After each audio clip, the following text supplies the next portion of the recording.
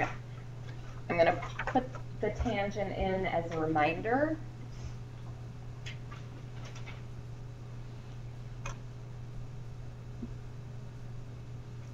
So tangent is opposite over adjacent. Okay, but we're also going to add the sine of the angle. Sine is opposite over hypotenuse.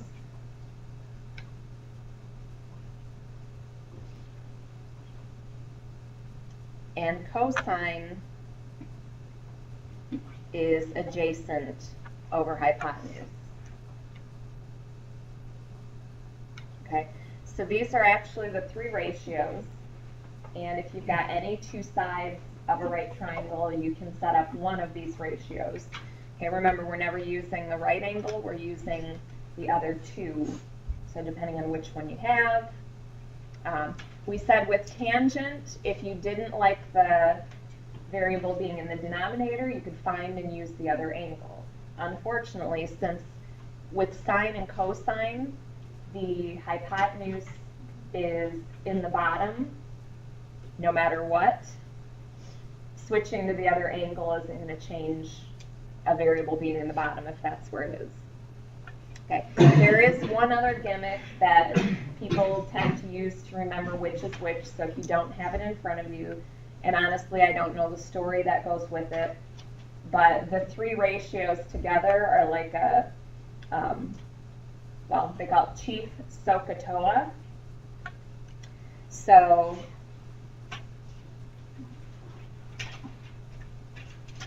SOHCAHTOA.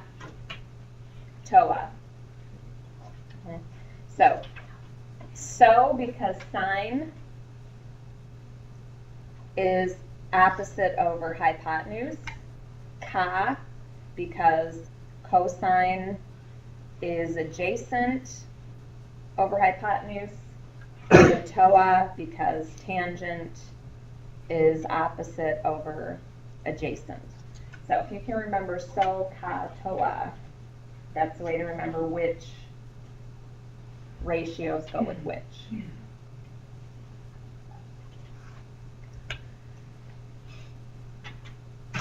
All right. So again, some of what you're going to be doing is just simply writing the ratios.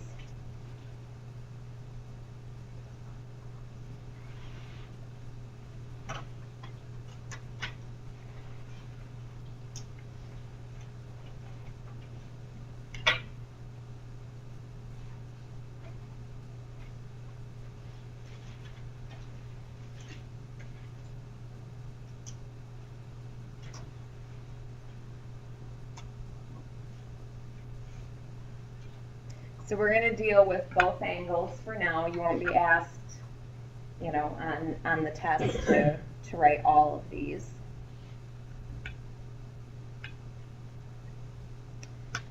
But if we're dealing with the sine of t, okay, here's angle t. Sine is opposite over hypotenuse. So what is the opposite side for t? 8, and the hypotenuse is 17.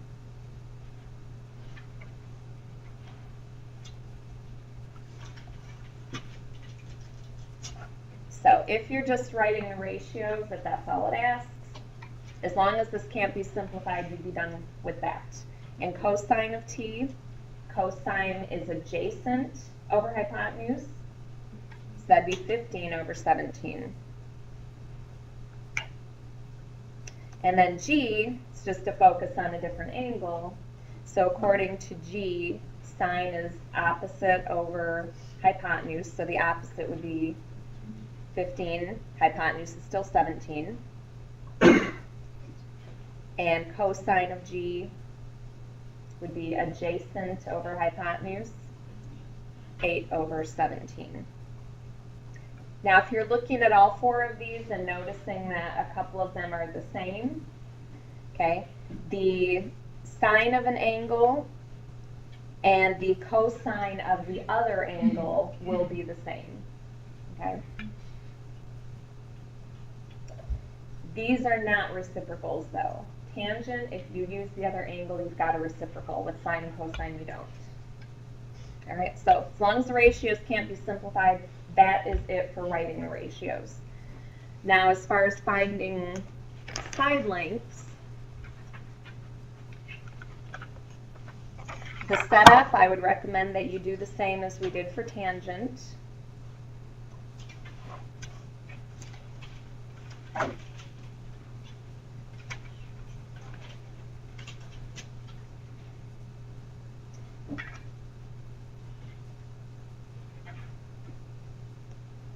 So this is actually number 4 on the homework from 8-4. All right, so you're going to start by identifying the angle and saying, okay, with that angle, what pieces did they give me? They gave me the opposite and the hypotenuse. So if you think back, what ratio uses the opposite and hypotenuse? Sine. So it'd be the sine of the angle equals the opposite over the hypotenuse. Okay, and from there we're just using algebra to get x by itself, but what did I do with tangent when we learned that? Multiply both sides by 20.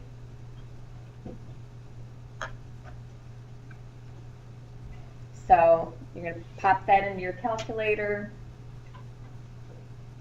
We're rounding to the nearest tenth, so you should round to 1 decimal place. So what are we finding for x? Yep, x is 11.5. Okay, and if you look at your triangle and that's the length with a hypotenuse of 20, 11.5 is pretty reasonable. Okay.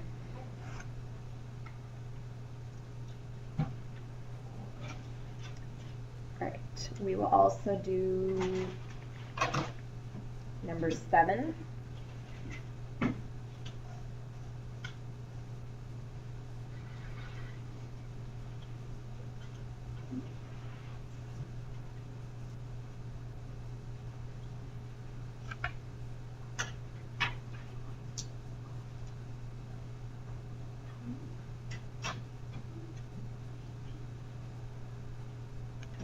Eight would have been better, but we'll do 8 too. All right, so how are we going to set this up? Yeah, that's also sine because it's opposite over hypotenuse. So the sine of 36 equals 10 over x. The difference with this one is your hypotenuse is the variable.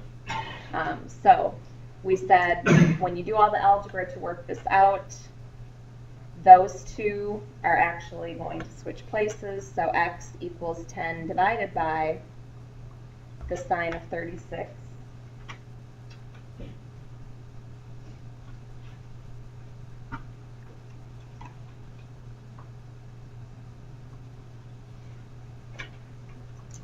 So the nearest tenth, 17. So x is 17.0 if you round.